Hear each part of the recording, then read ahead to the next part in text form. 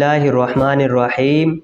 بھائی نے یہ سوال کیا ہے کہ بیرون ممالک سے جب ہمارے لوگ جو بیرون ممالک نوکری کے لیے جاتے ہیں، جب وہ وہاں سے پیسے بھیجتے ہیں، جس بینک کے ذریعے وہ پیسے بھیجتے ہیں تو اس بینک میں سالانہ انعامات کی تقسیم ہوتی ہے، یا جو بڑے بڑے شاپنگ مال ہوتے ہیں تو ان میں مال کی خریداری پر انعامات دیے جاتے ہیں جو کسٹمر کو انعام کی صورت میں دیے جاتے ہیں۔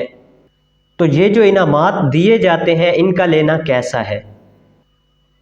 دیکھیے، اس کا جواب یہ ہے کہ خریداری کرنے یا کسی بینک کے ذریعے پیسے لینے یا منگوانے کی وجہ سے جو بینک یا شاپنگ مال والوں نے کسٹمر کا نام قرعہ اندازی کے اندر ڈالا ہے، تو جو انعام قرعہ اندازی کے نتیجے میں نکلا ہے اس کے لینے میں کوئی بھی حرج نہیں ہے۔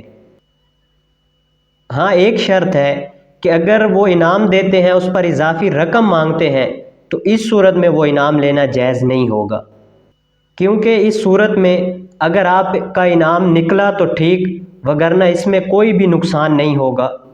ہاں، جو انعامی لاٹری ہوتی ہے اس کا خریدنا یا اس کا لینا یہ جائز نہیں ہے، کیونکہ وہ جوے کی صورت میں آتا ہے۔